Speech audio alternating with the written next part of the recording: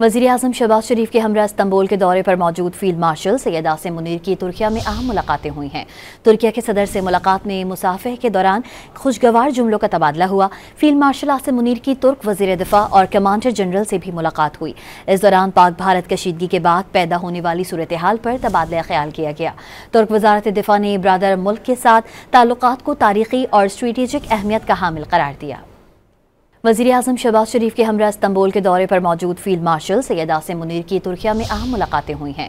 तुर्किया के सदर से मुलाकात में मुसाफे के दौरान खुशगवार जुमलों का तबादला हुआ। फील्ड मार्शल आसिम मुनीर की तुर्क वज़ीर दिफा और कमांडर जनरल से भी मुलाकात हुई। इस दौरान पाक भारत कशीदगी के बाद पैदा होने वाली सूरत हाल पर तबादला ख्याल किया गया। तुर्क वज़ारत दिफा ने ब्रादर मुल्क के साथ ताल्लुकात को तारीखी और स्ट्रेटेजिक अहमियत का हामिल करार दिया। वज़ीर-ए-आज़म शहबाज शरीफ के हमरा इस्तांबुल के दौरे पर मौजूद फील्ड मार्शल सैयद आसिम मुनीर की तुर्किया में अहम मुलाकातें हुई हैं। तुर्किया के सदर से मुलाकात में मुसाफे के दौरान खुशगवार जुमलों का तबादला हुआ। फील्ड मार्शल आसिम मुनीर की तुर्क वज़ीर दिफा और कमांडर जनरल से भी मुलाकात हुई।